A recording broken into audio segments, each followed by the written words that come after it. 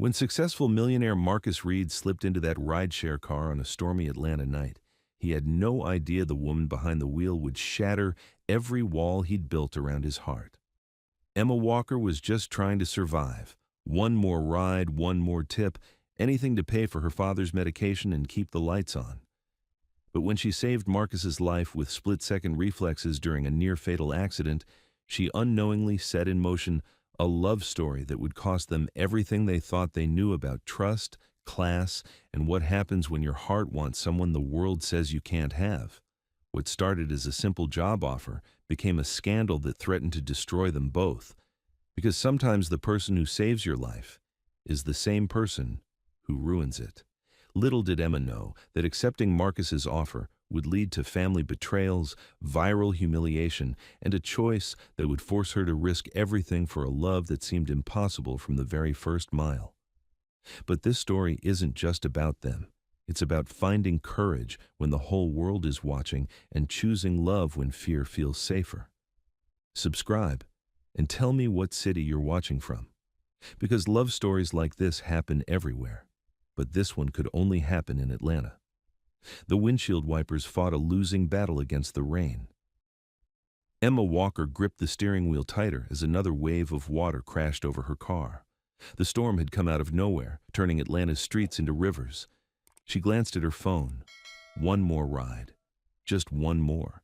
And she could call it a night. Her bank account begged for those extra $15. Tom's heart medication cost more than her monthly grocery budget, and the electric bill was past due again.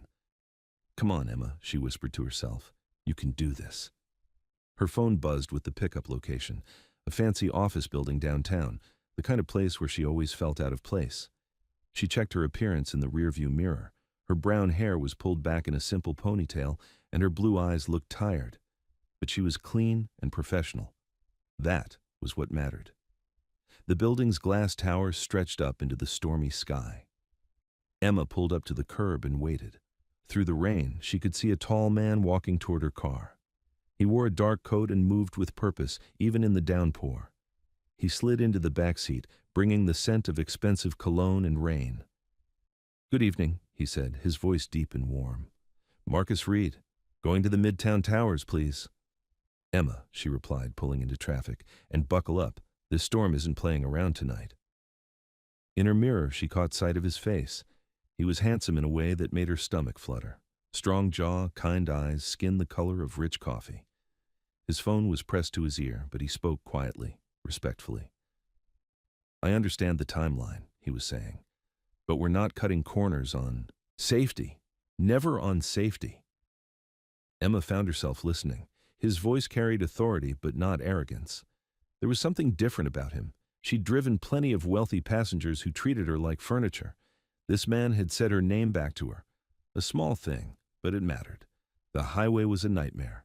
Cars crawled through standing water. Emma kept her hands steady and her eyes focused.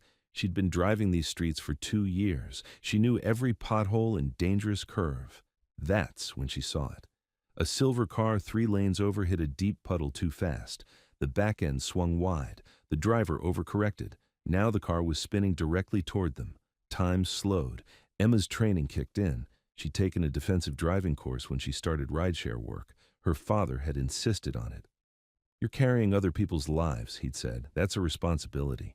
She eased off the gas, checked her mirrors, found her escape route. The shoulder was narrow, but it was there.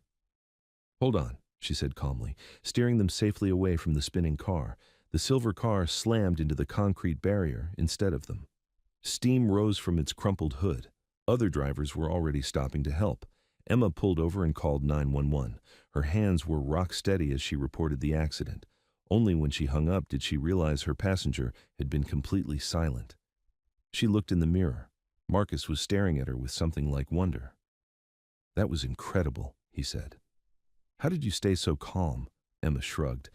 "My dad taught me that panic doesn't fix anything, just makes it worse." "Smart man." Marcus leaned forward slightly. "Are you okay? That must have been scary." "I'm fine." She was surprised by his concern. "Just glad nobody got hurt worse. Should we wait for the police?" "Already handled," Marcus said, showing her his phone. "I gave them our information and statement. The other driver is conscious and talking. We can go." As they drove away, Marcus asked, "How long have you been doing this? Driving, I mean." "About 2 years." Emma merged back into traffic. "It's flexible work. I can take care of my dad and still pay the bills, mostly." She hadn't meant to add that last word. It just slipped out. "Family's important," Marcus said simply. "What's your dad like?" Emma found herself smiling.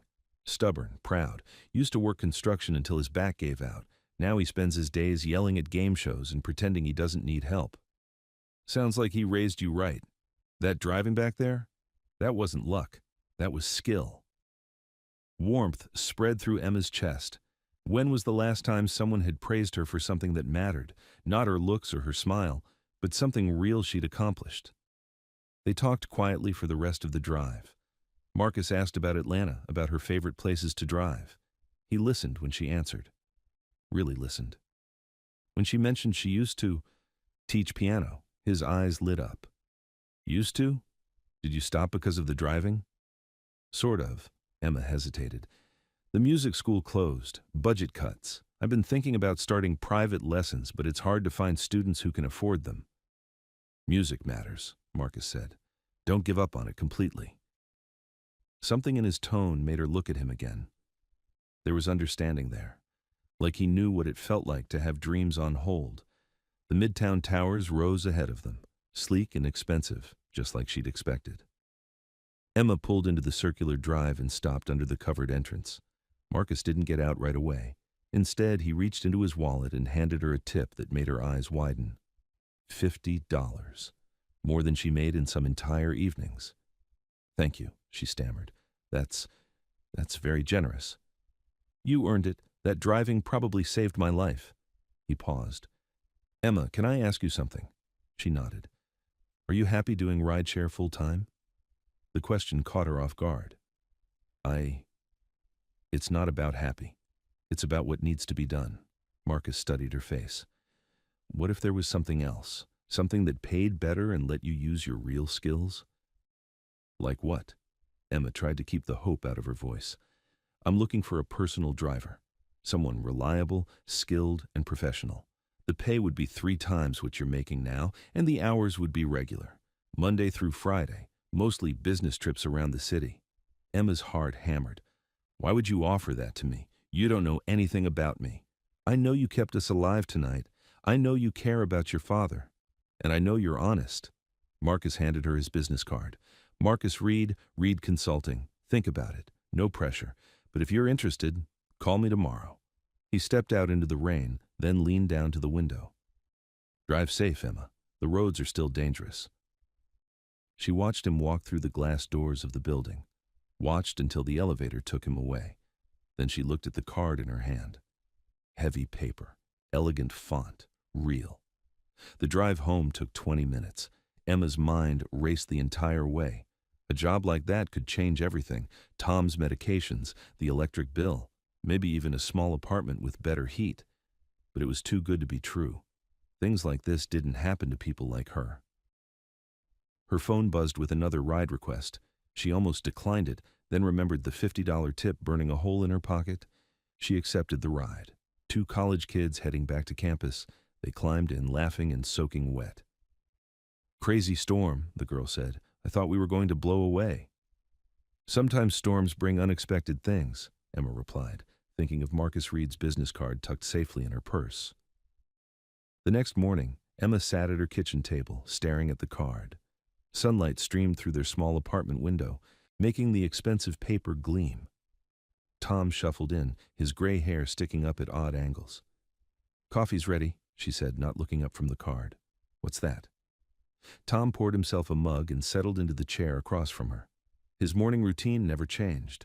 Coffee first, then the crossword puzzle. Then he'd start complaining about something on the news. "A job offer, maybe." Emma handed him the card. "Met this guy last night during that storm. He wants to hire me as his personal driver." Tom squinted at the card, then at her. "Reed Consulting. Sounds fancy. What's the catch?" "That's what I'm trying to figure out." Emma sipped her coffee. "He seems legitimate. The building where I dropped him off was real enough. But why would he offer a job to someone he just met?"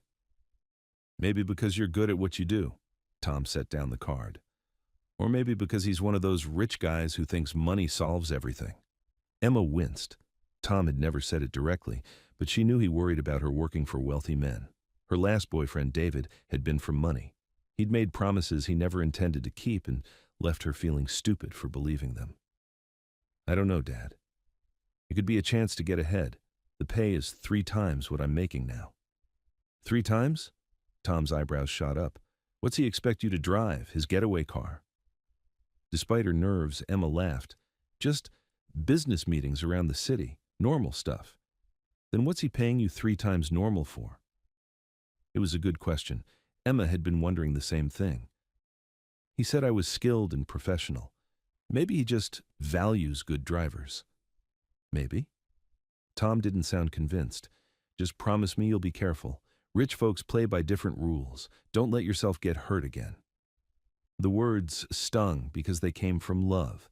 Tom had held her while she cried over David's betrayal. He'd watched her struggle to rebuild her confidence and trust. Of course he was worried.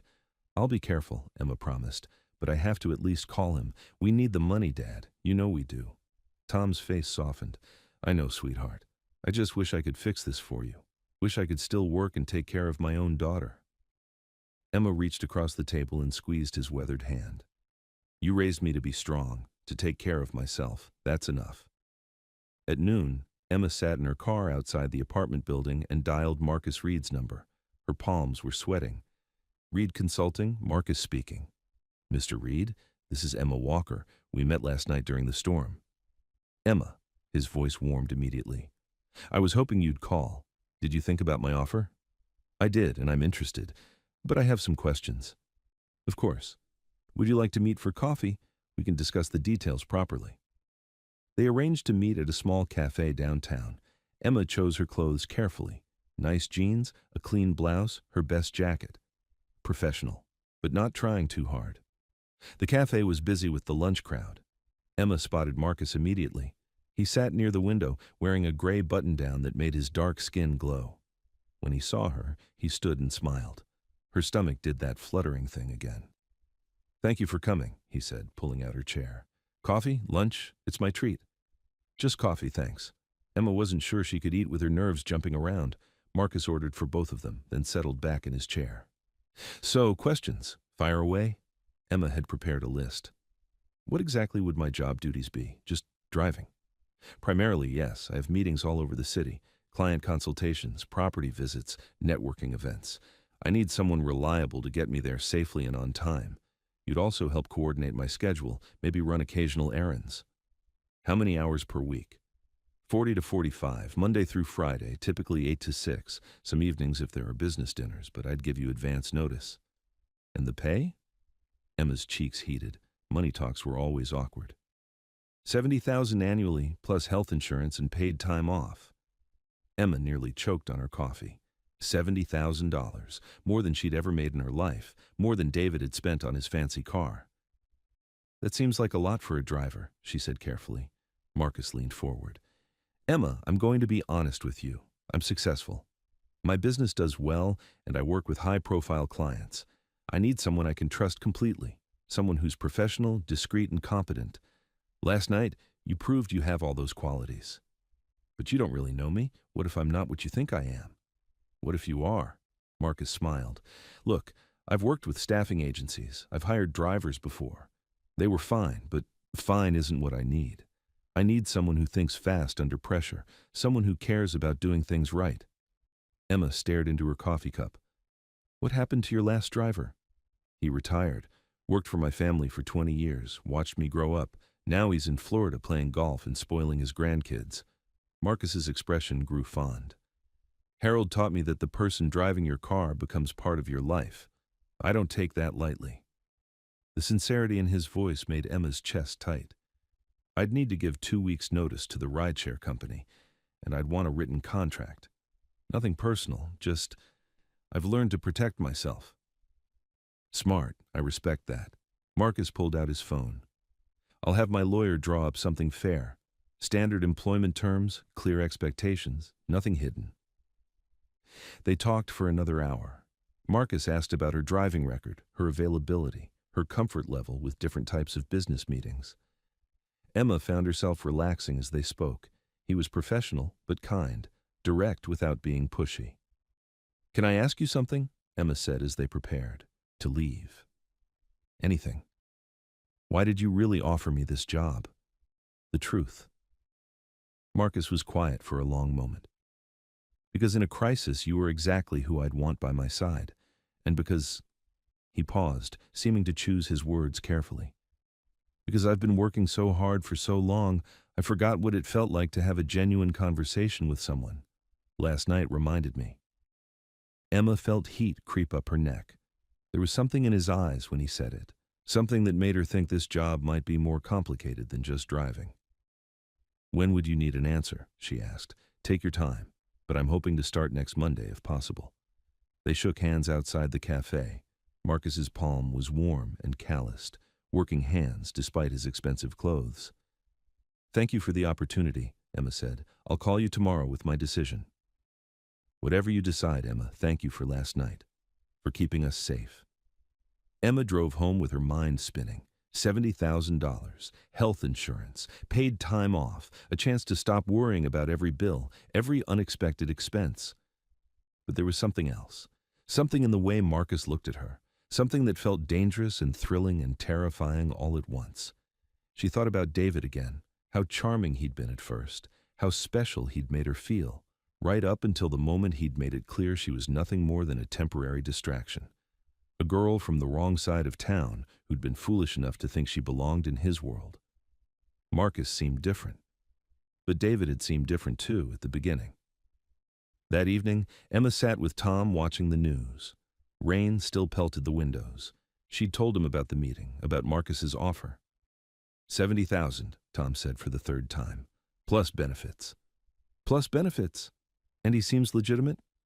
As far as I can tell. Emma tucked her legs under her on the couch. "But Dad, what if this is a mistake? What if he's not who he seems to be?" Tom muted the television and turned to face her. "Emma, sweetheart, life is full of chances. Some work out, some don't.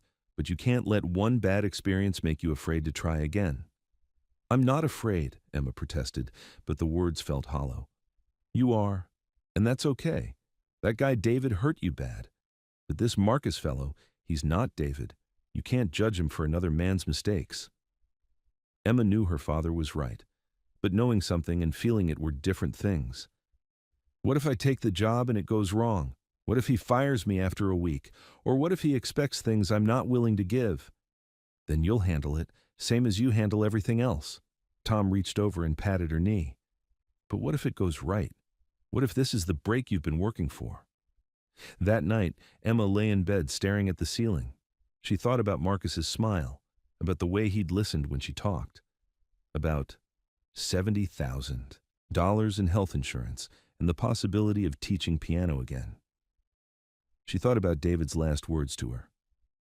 "You're sweet, Emma, but you're not the kind of girl I can take seriously." Maybe David had been right.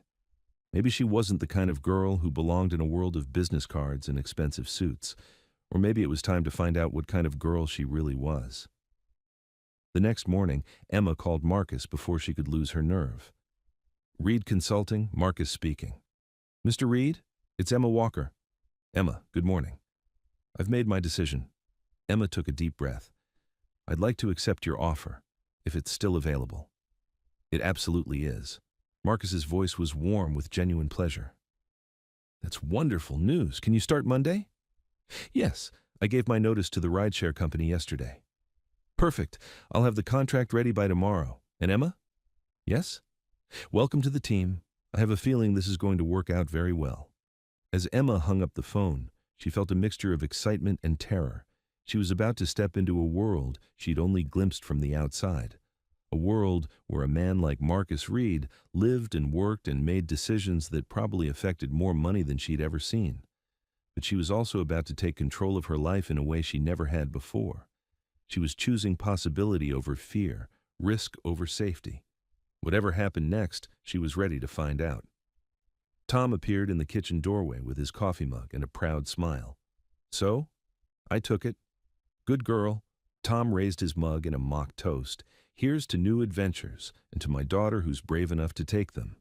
Emma smiled back, feeling lighter than she had in months. Monday couldn't come fast enough.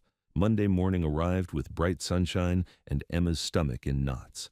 She stood outside the Midtown Towers at exactly 8 o'clock, wearing her best black slacks and a crisp white blouse. Her hands were steady on her purse strap, but her heart hammered against her ribs. Marcus appeared in the lobby right on time.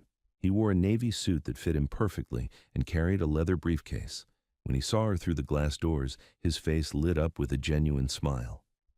"Good morning, Emma," he said, stepping outside. "Ready for your first day?" "Ready as I'll ever be." Emma managed to smile back. "Where to first?" "Client meeting in Buckhead. But first, let me show you the car." Marcus led her to the parking garage. Emma had been expecting something flashy, a sports car or luxury sedan that screamed wealth. Instead, he stopped beside a sleek black SUV, nice, but not showy. "This is it," Marcus said, handing her the keys. "It's got all the safety features, GPS, hands-free calling. Harold picked it out originally. Said it was built like a tank but drove like a dream." Emma ran her hand along the smooth paint. The car was immaculate inside and out. "It's beautiful. More importantly, it's safe. That matters more than fancy." Marcus climbed into the passenger seat. "The address is already programmed in the GPS. Take your time getting familiar with everything." As Emma adjusted the mirrors and seat, Marcus explained the day's schedule. 3 client meetings, lunch at a restaurant downtown, then a property visit in the afternoon. Nothing too complicated for the first day. "Any questions?" Marcus asked as Emma pulled out of the garage. "Just one. Do you always ride in the front seat?" Marcus paused. "Would you prefer I sit in back?" Emma considered this. "I just wondered. Most of the business people I've driven want to work in the back seat. I get carsick reading in cars. Besides," Marcus glanced at her, "the conversation's better up here." The first client meeting went smoothly. Emma waited in the car while Marcus spent an hour inside a gleaming office building. When he returned, he was checking his phone with a satisfied expression. "Good meeting?" Emma asked, pulling back into traffic. "Very good. We're helping them upgrade their entire computer system. It's a big project." Marcus put his phone away. "How about you? First morning as a professional driver. How does it feel?"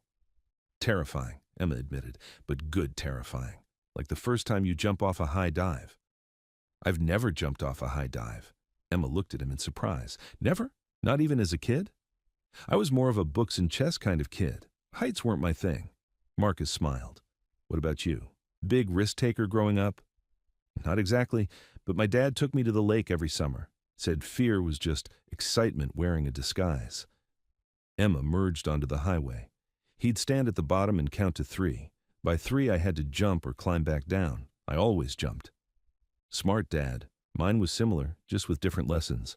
Son," he'd say, "courage isn't about not being scared. It's about doing the right thing, even when your knees are shaking." They talked easily during the drive to the second meeting.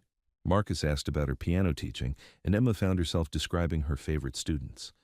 He told her about his company, how he'd started with just a laptop and a dream of helping small businesses grow.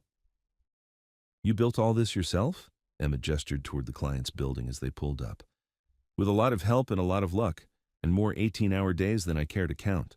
Marcus gathered his briefcase. "But yeah, essentially. Sometimes I can't believe it myself." There was no arrogance in his voice, just quiet amazement at his own success. Emma found that honesty refreshing. By lunch, Emma was starting to relax. Marcus was an easy passenger. No barked directions or impatient sighing. He trusted her to navigate the traffic and find parking. When her GPS led them down a wrong street, he just shrugged and said, "Adventure." The restaurant was elegant but not stuffy. Marcus insisted Emma join him for lunch instead of waiting. In the car. "I can't eat with you," Emma protested. "I'm your employee." "You're also a person who needs food. Besides, Harold always ate with me. It's more enjoyable than eating alone." Emma hesitated, but her stomach growled loudly enough that Marcus laughed. "Come on," he said. "I promise I won't fire you for having good table manners." Over salads and sandwiches, they talked about everything except work.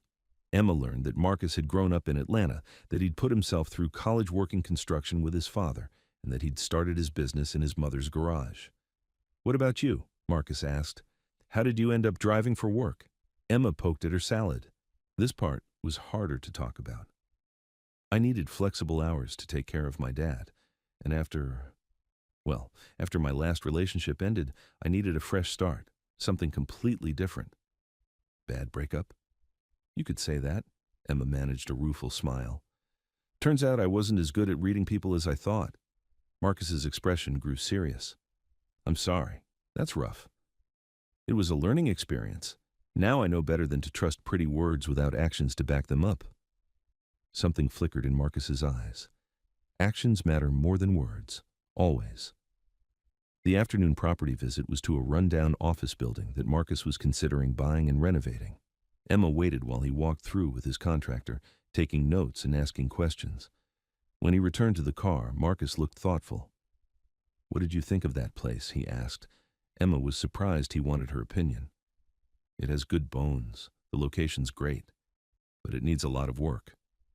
That's what I thought too. Worth the investment, though, if we do it right. Marcus buckled his seatbelt. You've got a good eye for spaces. My dad worked construction for 30 years. Some of it rubbed off. As they drove back to Marcus's building, Emma realized something had shifted during the day. The nervous energy was gone.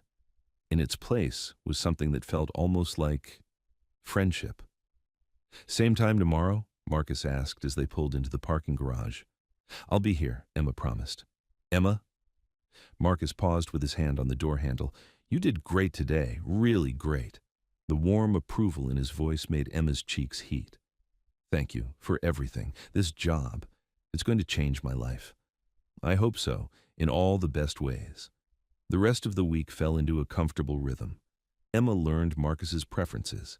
He liked his coffee black, preferred jazz to talk radio, and always called his mother on Wednesday afternoons. Marcus learned that Emma hummed when she was concentrating, that she knew every shortcut in the city, and that she had strong opinions about which restaurants served the best sweet tea. On Friday, their last stop was at a community center in an older part of town. Marcus was quiet during the drive, more thoughtful than usual. Business meeting? Emma asked as they parked. Something like that.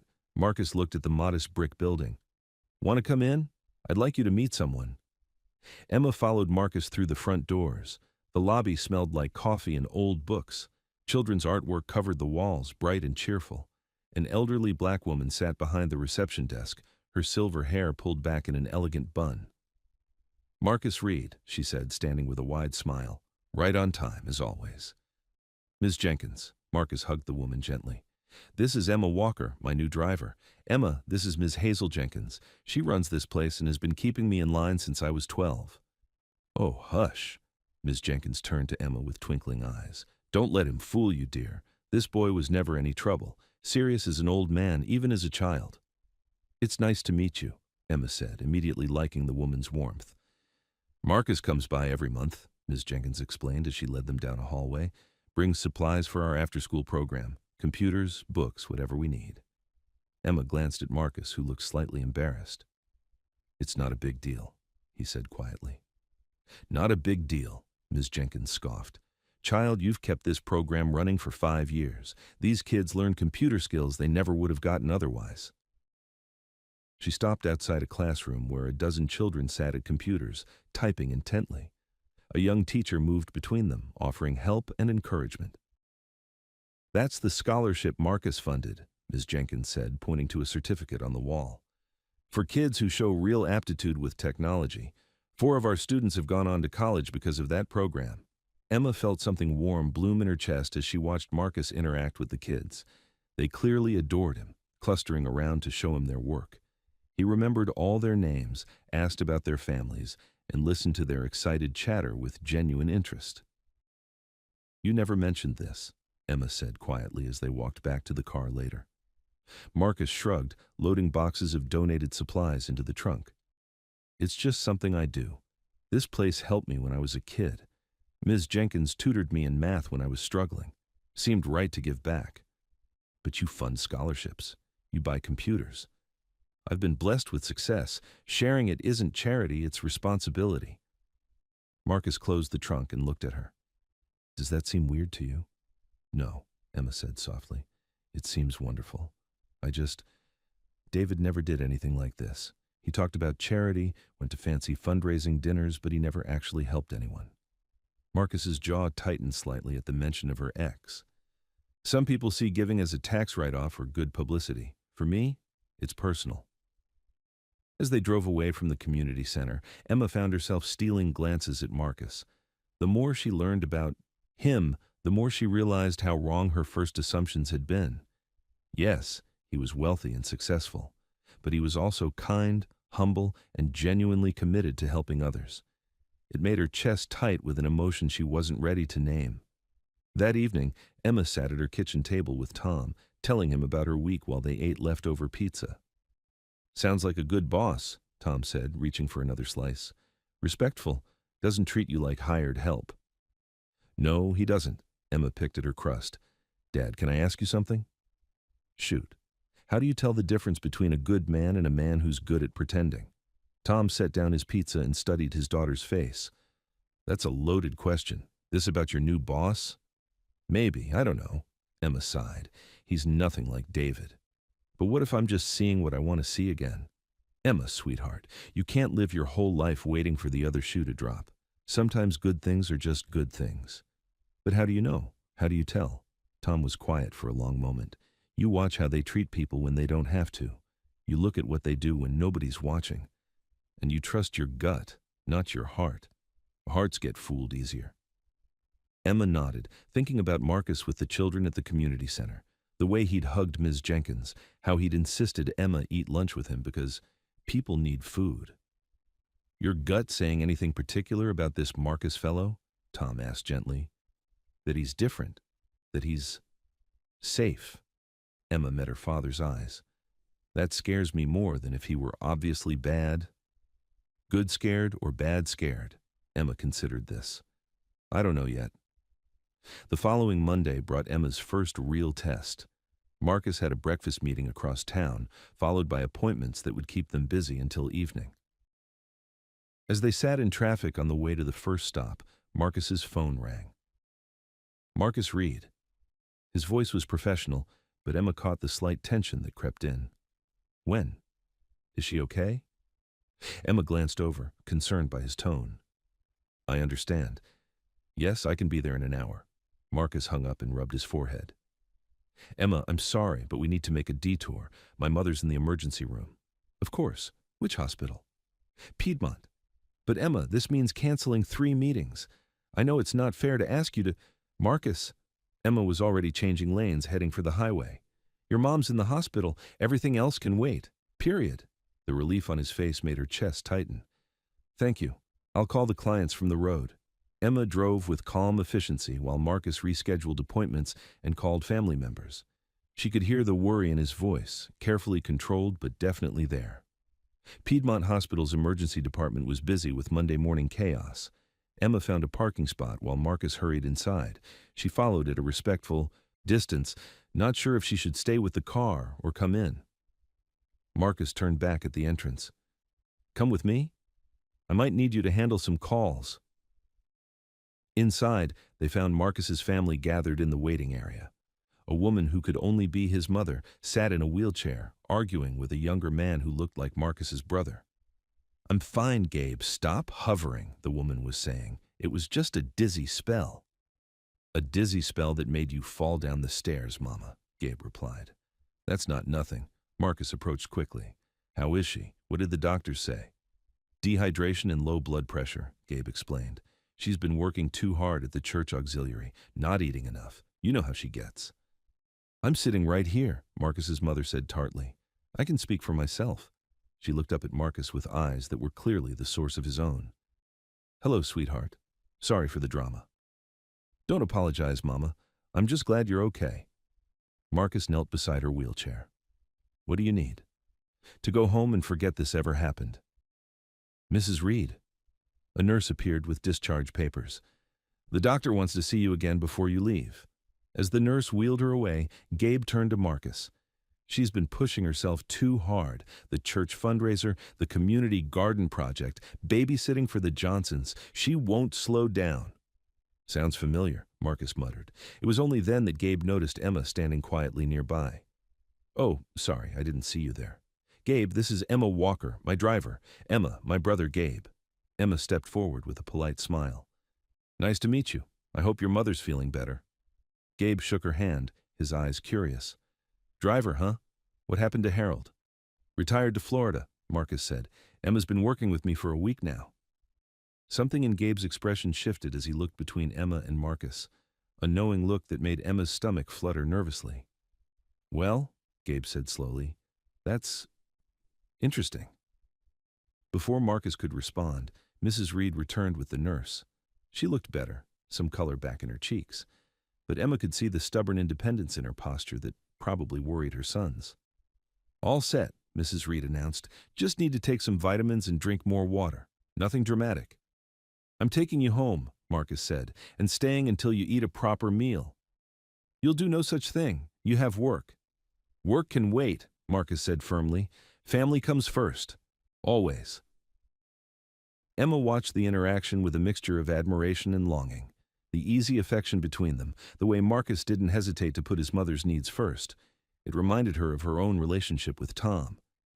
Actually, Emma said quietly, if you'd like, I could drive your mother home while you handle any urgent calls. That way, you don't have to cancel everything. Marcus looked at her with surprise and something that might have been gratitude. You don't mind? Of course not. Family comes first. Mrs. Reed studied Emma with sharp, intelligent eyes. I can't ask you to do that, dear. You don't even know me. You're Marcus's mother. That's enough. Emma met her gaze steadily. Besides, my dad raised me to respect my elders. He'd tan my hide if he found out I left a lady to take a taxi when I had a perfectly good car. A small smile tugged at Mrs. Reed's lips. Your father sounds like a wise man. He has his moments. 20 minutes later, Emma was helping Mrs. Reed into the passenger seat of the SUV. Marcus had given her directions to his mother's house and promised to be there within an hour. You don't have to make conversation, dear, Mrs. Reed said as they pulled out of the hospital parking lot. I know this isn't what you signed up for. Actually, I don't mind the company. It gets quiet, driving alone all the time. How long have you been working for my son? Just a week, but he's a good boss. Respectful. Kind. Mrs. Reed glanced at Emma with interest. And before this? Rideshare driving mostly. Some other jobs here and there. Whatever paid the bills. That's honest work. Nothing wrong with doing what needs to be done to take care of family. Emma felt a flush of gratitude for the woman's matter-of-fact acceptance. Thank you. That's how my father raised me. They drove in comfortable silence for a while. Mrs. Reed's neighborhood was older, tree-lined, with well-maintained houses that spoke of working families who took pride in their homes. This is it, Mrs. Reed said, pointing to a neat brick house with a flower garden in front. The yellow roses are my pride and joy. Emma helped her up the front steps, noting how the older woman moved carefully but independently. Inside, the house was warm and lived in, with family photos covering every surface. Can I get you anything? Emma asked. Water? Something to eat? Just water, thank you. Kitchen's through there. Emma found the kitchen spotless and well organized. As she filled a glass with water, she heard Mrs. Reed settling into what was probably her favorite chair. Here you go. Emma handed her the glass and looked around uncertainly. Should I stay until Marcus gets here? If you don't mind, though I should warn you, I'm probably going to ask you questions you might not want to answer. Emma sat down on the couch across from her. Such as why a young woman who could probably do any number of jobs chose to work for my son specifically. The directness of the question caught Emma off guard, but she appreciated it. Honestly, because I need the money, and he offered good pay for work I'm qualified to do. That's it? Nothing else? Emma felt heat creep up her neck. Mrs. Reed, if you're asking if I have some kind of agenda, I don't. I'm just trying to take care of my dad and pay my bills. I'm not asking about agendas, dear. I'm asking about feelings. The quiet words hit Emma like a punch to the chest, because the truth was there were feelings, complicated, confusing feelings that she was trying very hard to ignore. Your son is my boss, Emma said carefully. That's all. Mrs. Reed smiled knowingly. Of course he is, and I'm sure that's exactly what you tell yourself. Before Emma could respond, they heard a car in the driveway. Marcus appeared moments later, carrying bags from what looked like a pharmacy and grocery store. "How are you feeling, Mama?" he asked, kissing his mother's forehead before turning to Emma with a grateful smile. "Any problems?" "No problems," Mrs. Reed said. "Emma and I had a lovely chat. She's very sensible." Emma stood, feeling like she'd just survived some kind of test. "I should let you two have some family time. I'll wait in the car." "Nonsense," Marcus said. "Stay for lunch. Mama needs to eat, and I could use the help making sure she actually does it." As Emma found herself setting the table while Marcus heated up soup and made sandwiches, she realized something had shifted again. Being here, in his mother's kitchen, felt natural in a way that probably should have worried her.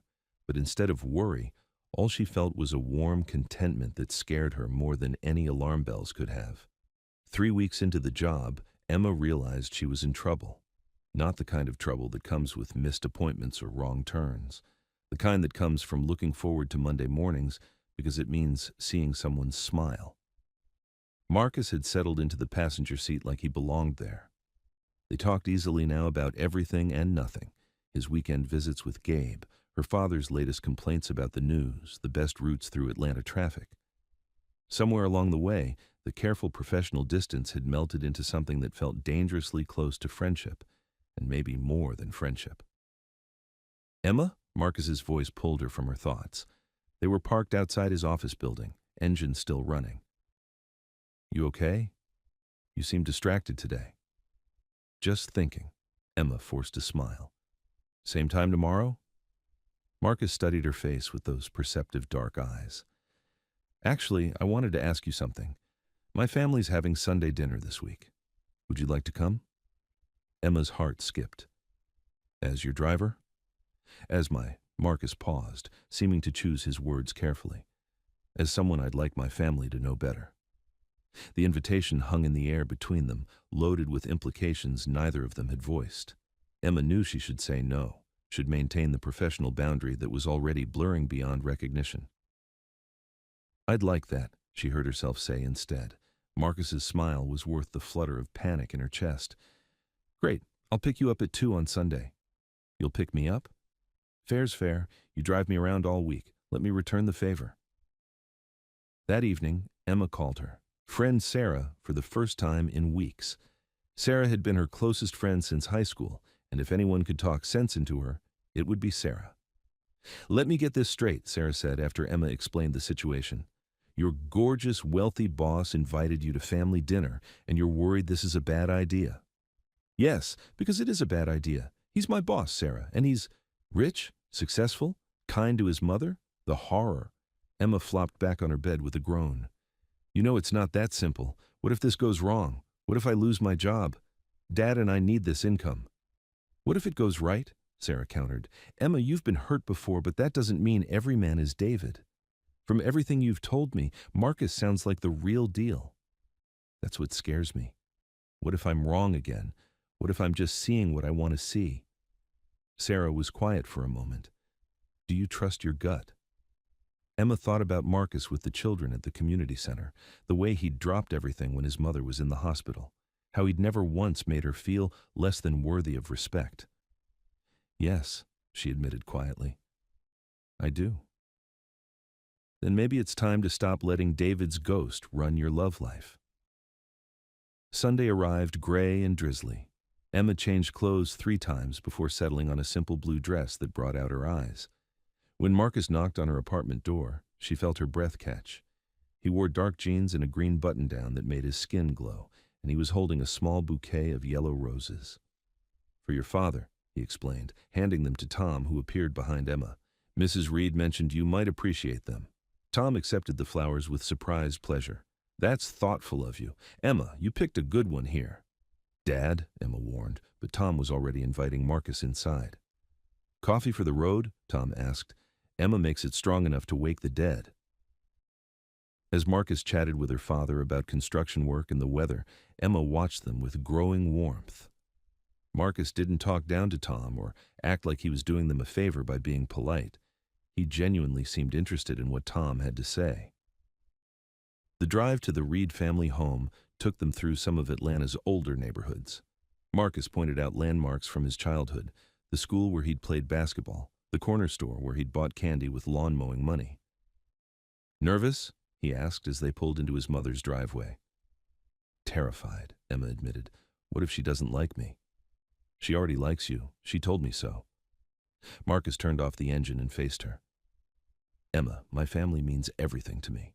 I wouldn't have brought you here if I didn't think—" He trailed off, but the unfinished sentence hung heavy between them. "Think what?" Emma whispered. "Think you were special." Before Emma could respond, Gabe appeared on the front porch, waving them inside. The moment was gone, but the words echoed in Emma's chest as they walked toward the house. Sunday dinner at the Reed house was loud, warm, and chaotic. Denise had made enough food for twice as many people, and the conversation flowed from politics to sports to family gossip. Emma found herself relaxing despite her nerves, drawn into debates about the best barbecue in Atlanta and whether the Falcons had any hope this season. "Emma teaches piano," Marcus mentioned during a lull in conversation. "Or used to, anyway." "Oh, you should hear Mama play," Gabe said, pointing to an upright piano in the corner of the living room. "She's been trying to get Marcus to learn for 30 years. "I have no musical ability whatsoever," Marcus protested. "My fingers are too big and I have no rhythm." "Nonsense," Denise said firmly. "Everyone can learn music with the right teacher." She turned to Emma with hopeful eyes. "Maybe you could show him a thing or two?" Emma felt Marcus's gaze on her as she walked to the piano. The keys were well maintained, the sound rich and warm. Without thinking, she began to play a simple melody, something soft and sweet that filled the room with gentle music. When she looked up, the whole family was watching her with something like wonder. "That was beautiful," Denise said softly. "What was it?" "Just something I made up," Emma replied, suddenly self-conscious. "I do that sometimes, improvise." "Play something else," Gabe requested. "Something we might know."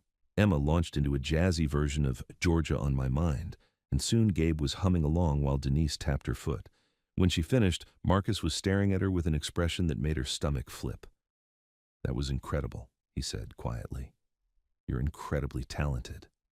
"It's just playing around," Emma said, closing the piano lid. But the warmth in his voice made her feel like she'd given him a gift. Later, as they helped clear the dinner dishes, Denise pulled Emma aside in the kitchen. "My son's happier than I've seen him in years," she said without preamble. "You should know that." Emma felt heat flood her cheeks.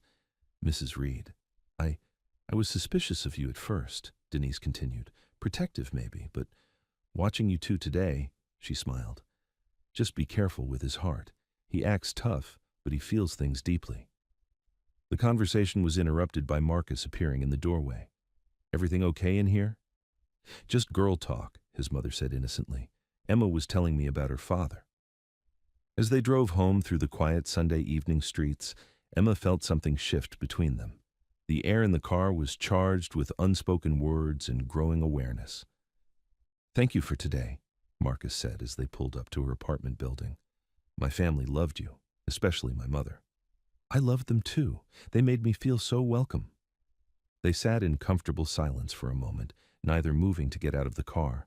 The streetlight cast soft shadows across Marcus's face, highlighting the strong line of his jaw. "Emma," he said softly, "I should probably tell you that this isn't just about work anymore. For me, I mean." Emma's heart hammered against her ribs. "Marcus, I know it's complicated. I know there are rules about bosses and employees, but I can't pretend I don't have feelings for you." The honesty in his voice took her breath away. "I have feelings too," she whispered, "but I'm scared." "Of me? Of this? Of trusting again? Of losing my job if it goes wrong?" Marcus reached over and took her hand. "What if we take it slow, see what happens? I promise you'll always have your job no matter what." And Emma, "Yeah? I'm not him. I'm not David. I won't hurt you if I can help it." The next few weeks passed in a blur of stolen glances and careful touches. Marcus found excuses to brush her hand when passing her papers. Emma caught herself humming love songs while she drove. They were still professional during business hours, but the awareness between them was electric. It all changed on a Thursday morning in downtown Atlanta. They were leaving a client meeting when Emma spotted the photographer, A young man with an expensive camera lurking near their car. She'd seen enough paparazzi during her rideshare days to recognize the type. "Marcus," she said quietly. "I think that guy's taking pictures." Marcus glanced over casually. "Probably just a tourist. Don't worry about it." But as they got into the car, Emma heard the rapid click of the camera shutter. She thought about mentioning it again, then decided she was being paranoid. The photo appeared online the next morning. Emma discovered it when her phone started buzzing with notifications at 7 a.m. Text messages from numbers she didn't recognize, friend requests on social media from strangers. And there, on some local gossip blog, was a picture of her and Marcus getting into the car. The headline made her stomach drop. "Tech Millionaire's Secret Romance. Marcus Reed's Inappropriate Driver Fling." The article was worse than the headline. It speculated about their unprofessional relationship, questioned whether Emma was qualified for her position, and made thinly veiled suggestions about her motivations for taking the job. Emma's hands shook as she read the comments. Most were cruel speculation about her character, her appearance, and her obvious gold-digging intentions. The few that defended her were drowned out by the ugly assumptions. Her phone rang. "Marcus." "Emma, I just saw it. I'm so sorry. This is exactly what I was worried about." "What you were worried about?" Emma's voice came out sharper than she'd intended. "Were you expecting this?" "Not specifically, but—" "Emma, my business relies on reputation. When you're successful in black, people look for any excuse to tear you down. I should have been more careful." "More careful about what? Being seen with me?" "That's not what I meant." "No, I think it's exactly what you meant." Emma felt the old familiar ache of not being enough, not being right. "I'm an embarrassment to your image." "Emma, please, let me come over. We need to talk about this properly." "I don't think that's a good idea. I'll be at work Monday morning, professional as always." Emma hung up and immediately turned off her phone. She spent the weekend hiding in her apartment, ignoring Tom's worried questions and the persistent knocking on her door that she suspected was Marcus. Monday morning brought a new nightmare. When Emma arrived at Marcus's building, a reporter was waiting in the lobby. "Emma Walker, I'm Janet Price from Atlanta Scene. Can you comment on your relationship with Marcus Reed?" "I don't have a relationship with Mr. Reed," Emma said firmly. "I'm his driver, that's all." "Sources suggest otherwise. How long have you two been romantically involved?" "We're not." "Excuse me." Emma pushed past the reporter, but the damage was done. By the time she reached the parking garage, she felt like she might throw up. Marcus was waiting by the car, his face grim. "Emma, thank God. Are you okay?" "I'm fine. Where to first today?" "Emma, we need to talk about what happened downstairs." "Nothing happened downstairs. I told the reporter the truth. You're my boss, I'm your driver, that's all." Something flickered in Marcus's eyes. Pain, maybe.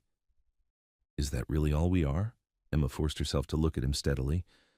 "What else could we be? You said it yourself. Your business relies on reputation. I wouldn't want to damage that." The day passed in tense silence.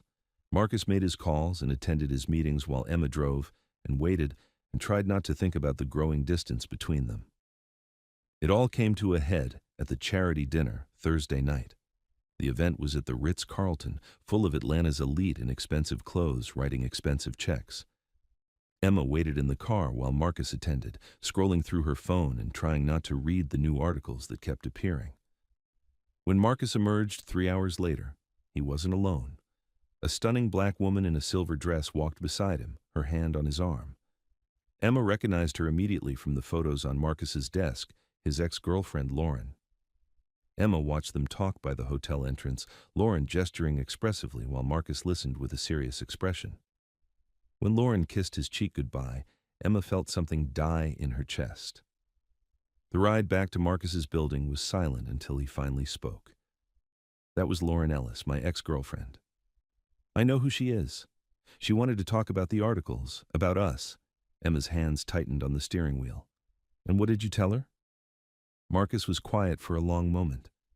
"I told her it was complicated." "Complicated?" Emma tasted the word like poison. "That's one way to put it." "Emma, what Lauren said tonight, she thinks this whole situation is a mistake, that I'm risking everything I've worked for over what? A fling with the help? That's not what she said." But that's what she meant. And you didn't defend me, did you? Marcus's silence was answer enough. Emma pulled into the parking garage and turned off the engine. I think it's time for me to find a new job. Emma, don't do this. Don't let outside pressure destroy what we have. What do we have, Marcus? Emma turned to face him, tears threatening. You won't even defend me to your ex-girlfriend. You think I'm an embarrassment to your reputation. What exactly are we fighting for here? For this, for us, for... There is no us. The words tore from Emma's throat. There's a rich, successful man and his driver. That's all there ever was. Emma got out of the car and handed Marcus the keys. I'll have my resignation letter on your desk tomorrow morning. Emma, please. But she was already walking away, Marcus's voice echoing in the empty garage behind her. Emma cried the entire drive home, great ugly sobs that made her chest ache and her eyes burn. By the time she reached her apartment, she felt hollow. Tom took one look at her face and wrapped her in a hug that smelled like coffee and Old Spice. What happened, baby girl? Emma told him everything through tears and hiccups, about the photos and the articles, about Lauren and Marcus's silence, about feeling like a fool for believing she could belong in his world. So I quit, she finished. I can't do this anymore, Dad. I can't pretend it doesn't hurt. Tom was quiet for a long time, just holding his daughter while she cried. Finally he spoke. You know what I think? Emma pulled back to look at him. What? I think you're a coward. The words stung like a slap. Dad, no, hear me, old man, out. That boy came to Sunday dinner, didn't he? Brought flowers for your old man and treated you like you hung the moon. His mama likes you. His brother likes you. But one nasty article and some catty ex-girlfriend, and you run scared. It's not that simple. It's exactly that simple. You're letting other people decide what you're worth instead of fighting for what you want. Emma stared at her father through her tears. What if I fight and lose anyway? What if he chooses his reputation over me? Then at least you'll know you tried. But Emma, sweetheart, what if he chooses you? That night, Emma sat at her kitchen table writing her resignation letter. She kept it simple and professional, thanking Marcus for the opportunity and giving 2 weeks' notice. She sealed the envelope and set it by her purse. Tomorrow, she would deliver it and start the process of forgetting Marcus Reed. But as she lay in bed staring at the ceiling, all she could think about was the way he'd looked at her when she played piano, the way he'd said she was special, the way her heart had felt safe in his hands, right up until she remembered that hearts could be broken. Maybe Tom was right. Maybe she was being a coward. But some risks were just too big to take. The resignation letter sat on Marcus's desk when he arrived Friday morning. Emma had slipped it under his office door before the building even opened, avoiding any chance of seeing him. Marcus read it twice, then crumpled it up and threw it in the trash. He had work to do. He had a heart to win back. But first, he had some hard conversations to have with his family, his ex-girlfriend, and himself about what really mattered in life, and what he was willing to risk to keep it. Marcus stared at the crumpled resignation letter for a full minute before smoothing it out and reading it again. Emma's words were professional and polite, but he could feel the hurt bleeding through every carefully chosen phrase. He'd lost her, the one person who'd made him feel like himself instead of just a successful businessman, the woman who'd brought music back into his life and made him remember what it felt like to laugh during a traffic jam. He'd lost her because he was a coward. The intercom on his desk buzzed. Mr. Reed, your mother is here to see you. Marcus looked up in surprise. His mother never came to his office unannounced. Send her in. Denise Reed entered with the determined expression Marcus remembered from his childhood, the look that meant someone was about to get a talking to. Where's Emma? She asked without preamble. Good morning to you too, Mama. She's not working for me anymore. Because of that ridiculous gossip online? Marcus rubbed his forehead. How did his mother always know everything before he did? It's complicated. No, it's not. Denise sat down across from his desk, with the air of someone settling in for a long conversation. You're scared, so you're pushing away the best thing that's happened to you in years. Mama, don't mama me, Marcus Reed. I raised you better than this. Her voice carried the authority that had straightened his spine as a child. That girl loves you. Anyone with eyes can see it, and you love her back. Marcus felt his carefully constructed walls crumble at the simple truth. Yes, I do. But the articles, the speculation about our relationship. Are you telling me you care more about what strangers think than about your own happiness? It's not about me. It's about protecting her and protecting everything I've built. Denise leaned forward, her eyes blazing. Son, I watched your father work himself to the bone building our construction business. You know what he always told me? Denise, success don't mean nothing if you ain't got nobody to share it with. Marcus felt something twist in his chest. The business matters, Mama. My reputation matters. Your reputation will survive a little gossip, but your heart won't survive losing Emma. Denise stood up. Let me ask you something. If Emma was just your employee, would Lauren's opinion matter so much? The question hit like a physical blow. What's Lauren got to do with this? Gabe told me about the charity dinner, about how you let that woman fill your head with doubt about Emma. Denise's voice was steel wrapped in velvet. Marcus, Lauren had her chance with you. She chose someone else. She doesn't get to have an opinion about your life anymore. After his mother left, Marcus sat alone in his office, her words echoing in his head. The truth was painful, but undeniable. He'd let fear make his decisions. Fear of gossip, fear of judgment, fear of being vulnerable. He'd built walls so high around his heart that when love finally found him, he'd been too scared to let it in completely. His phone buzzed with a text from Gabe. Family dinner Sunday. You're coming, and you're bringing Emma or explaining why you let the best thing in your life walk away. Marcus stared at the message, then made a decision. He had work to do. The first call was the hardest one. Lauren, it's Marcus. I need to talk to you. Of course. Is this about the other night? Because I really think I helped you see things more clearly. Actually, you didn't. Marcus took a deep breath. Lauren, what you said about Emma was out of line, and my silence was inexcusable. The pause on the other end was telling. Marcus, I was just looking out for you. That woman has a name. It's Emma, and she's kind, talented, hardworking, and genuine. Everything you implied she wasn't. I just think you could do better. Someone more appropriate. Appropriate for what? For your idea of who I should be? Marcus felt anger rise in his chest. Lauren, Emma sees me. Not my bank account, not my business connections. Me. When's the last time you could say the same? That's not fair. What's not fair is you judging someone you don't even know.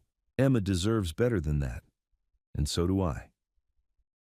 Marcus ended the call feeling lighter than he had in days. One conversation down, the hardest one still to go. That evening, Marcus drove to Emma's neighborhood. He'd never been inside her apartment building, but he found her name on the buzzer and pressed it with a trembling finger. Hello? The voice was gruff, older. Emma's father. Mr. Walker, this is Marcus Reed. I was hoping I could talk to you. The pause stretched so long Marcus thought Tom might have hung up. Then, come on up, 3rd floor. Tom Walker answered the door wearing a faded Falcons t-shirt and the expression of a man ready for battle. You got some nerve showing up here. Yes, sir, I do. May I come in? Tom stepped aside reluctantly. The apartment was small but clean, with signs of Emma everywhere, photos on the walls, a piano keyboard set up near the window, her jacket hanging on a chair. She's not here, Tom said, settling into his recliner, working a catering job downtown, trying to make ends meet again. The words hit Marcus like a punch. Mr. Walker, I need you to know how sorry I am. About everything. Sorry don't fix a broken heart, son. Marcus sat down on the edge of the couch, leaning forward with his hands clasped. You're right, it doesn't. But maybe actions can. Tom studied him with sharp eyes. What kind of actions? The kind that show Emma she matters more than my reputation, more than what people think, more than anything else in my life. Big words. You got a plan to back them up? Marcus pulled out his phone and showed Tom an article he'd been working on. I'm publishing this tomorrow. In the Atlanta Journal-Constitution, it's about successful black entrepreneurs and the importance of authentic relationships over public image. Tom read silently, his eyebrows climbing higher with each paragraph. The article was honest, vulnerable, and mentioned Emma by name, praising her character, her skills, and her positive impact on his life. You're putting this in the newspaper? Tom asked. The newspaper, my company website, and every social media platform I use. Marcus met the older man's gaze. I should have defended her publicly from the beginning. I should have told everyone that she's the best thing that's happened to me in years. Tom handed back the phone, his expression thoughtful. That's a start. What else? I want to give her a choice. A real one, without job security or money complicating things. Marcus pulled out an envelope. This is a check for 6 months' salary, so she knows she doesn't need to work for me to be financially stable. If she decides to give me another chance, it'll be because she wants to, not because she has to. And if she says no, Marcus felt his chest tighten, then I'll respect that. But I have to try, Mr. Walker. I can't lose her without a fight. Tom was quiet for a long moment, studying Marcus's face. You know, when Emma was little, she fell off her bike trying to impress some boy in the neighborhood. Skinned her knees real bad, cried for an hour. You know what I told her?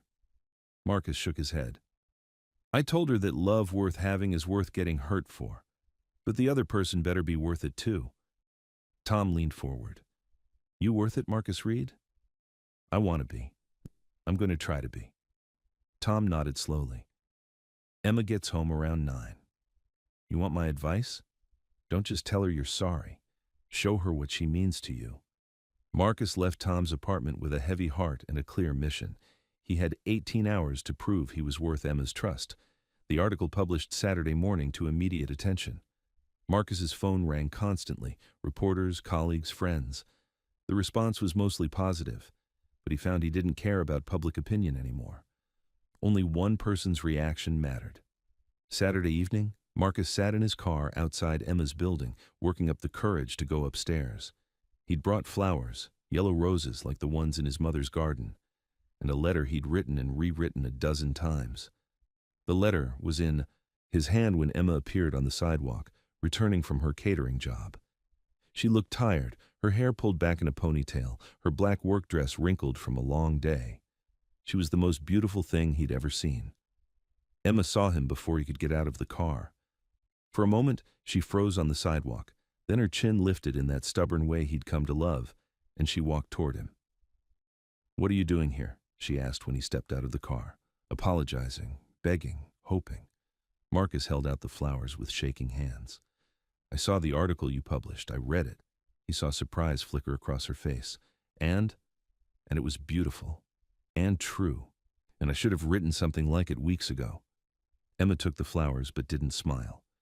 Marcus, if this is about the job, it's not about the job. It's about this.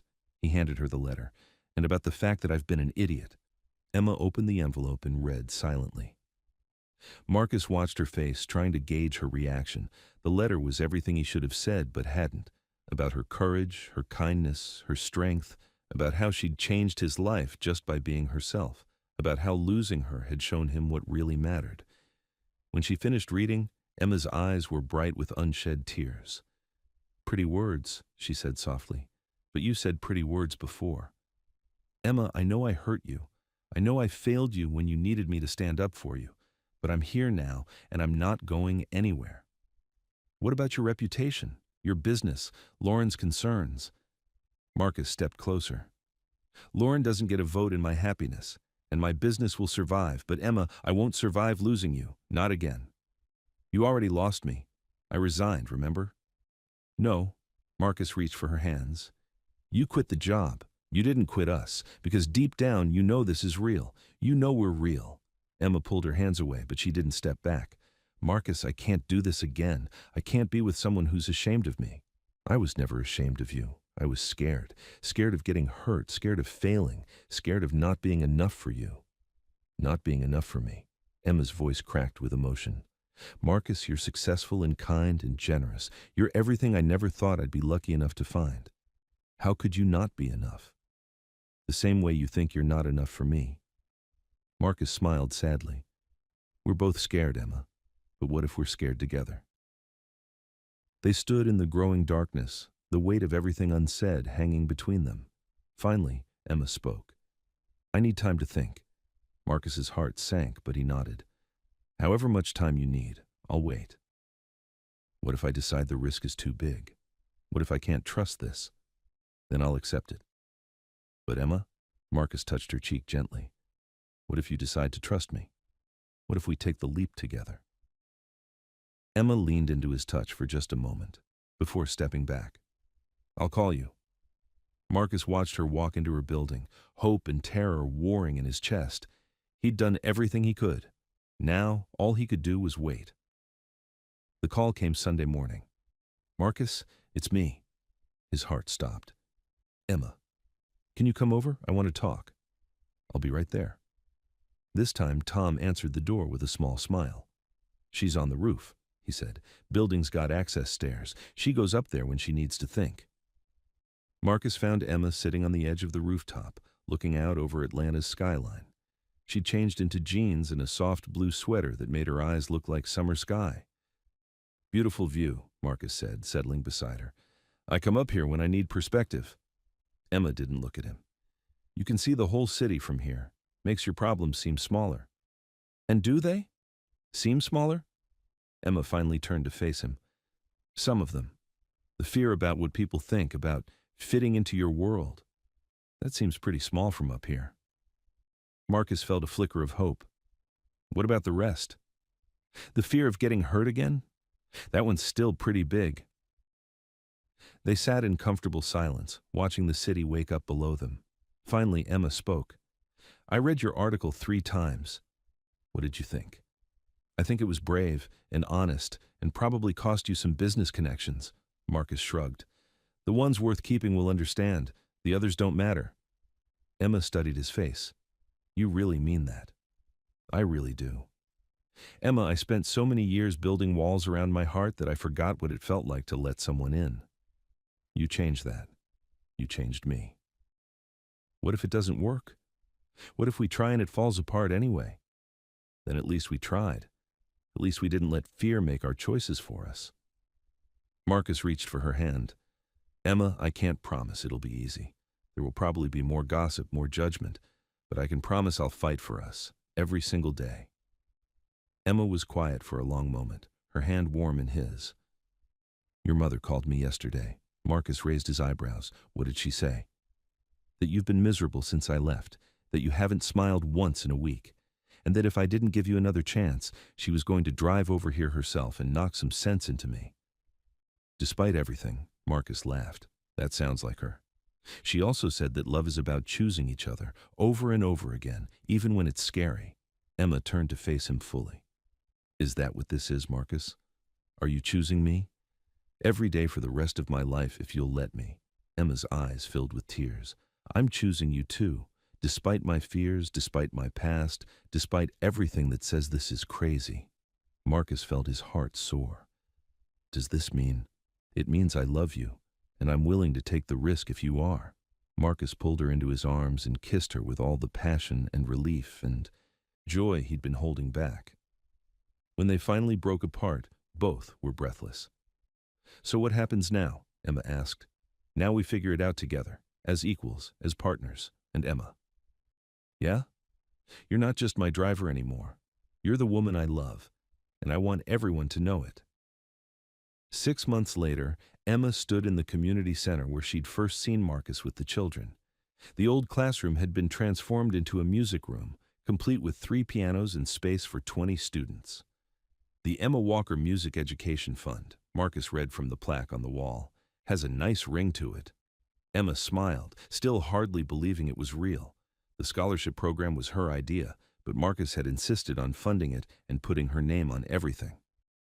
I still can't believe this is happening. Believe it, you're going to change lives here. The grand opening was small but perfect. Ms. Jenkins, Marcus's family, Tom in his best shirt, and a dozen excited children ready for their first piano lesson. As Emma played a simple melody to demonstrate for the kids, she caught Marcus watching her with that same wonder he'd shown at his mother's house. When their eyes met, he mouthed, I love you, and Emma felt her heart overflow. After the children left with promises to practice before next week's lesson, the families gathered for cake and celebration. Emma found herself standing with Denise, watching Marcus demonstrate the community center's new computers to some of the older kids. He's different now, Denise said quietly. Happier, more himself. He makes me different too, Emma admitted. Braver. Good. You're perfect for each other. Denise squeezed Emma's arm. I'm proud to call you family. As the evening wound down, Marcus and Emma found themselves alone on the community center's front steps, sharing the comfortable silence that had become their trademark. Penny for your thoughts, Marcus said, just thinking about how much has changed. Emma leaned against his shoulder. A year ago, I thought success meant just surviving. Now I know it means being brave enough to live. Marcus kissed the top of her head. Ready to go home? Your place or mine? Our place, Marcus corrected with a smile. They'd officially moved in together the month before, buying a small house with a big kitchen and a front porch where Tom could sit and complain about the neighborhood kids. As they drove through Atlanta's familiar streets, Emma's hand resting over Marcus's on the gear shift, she thought about all the roads that had led them here. The stormy night that started everything, the fears they'd faced and conquered, the choice to love despite the risks. Emma, Marcus said as they pulled into their driveway. Yeah? Thank you. For what? For taking the job. For staying when it got complicated. For choosing me even when I didn't deserve it. Emma smiled, feeling the deep contentment that had become her new normal. Thank you for seeing me, for believing I was worth fighting for. Always, Marcus said, bringing her hand to his lips. Always. As they walked toward their front door, Emma could see Tom through the living room window, probably watching his evening shows and waiting to hear about the music program's opening night. Home was waiting for them, messy and imperfect and exactly right. Emma had spent so many years just trying to survive, to pay the bills and keep her head above water.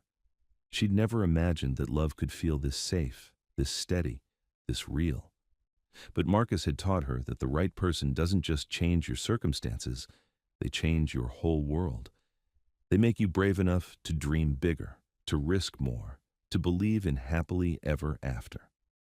Race you to the kitchen, Emma said, breaking into a run like a kid on the last day of school. Marcus laughed and chased after her, their footsteps echoing in the evening air. And somewhere in that laughter, in that joy, was everything Emma had always been searching for without knowing it. Love had found them in the front seat of a car during a storm. It had grown through morning drives and family dinners and quiet conversations. It had survived gossip and doubt and fear. Now it stretched ahead of them like an open road, full of possibility and promise and the kind of happiness that comes from choosing each other over and over again every single day. Some love stories start with love at first sight. Others start with convenience or circumstance or a simple need for a ride through the rain. The best ones start with two people brave enough to let down their walls and risk everything for the chance to build something beautiful together. Emma and Marcus had found their beautiful something, and they were just getting started.